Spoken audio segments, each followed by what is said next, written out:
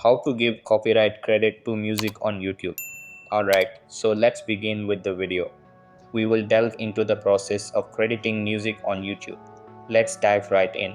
You might have come across various YouTube videos suggesting that providing copyright credit to music or videos on YouTube is a straightforward process. They often mention copying and pasting the specific information, and within a few hours, as a result, music credits will be displayed below the video like this.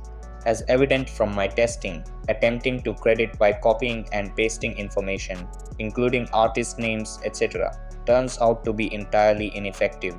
In reality, when a video receives a copyright claim, you can verify the accuracy of the claim by checking the video's description.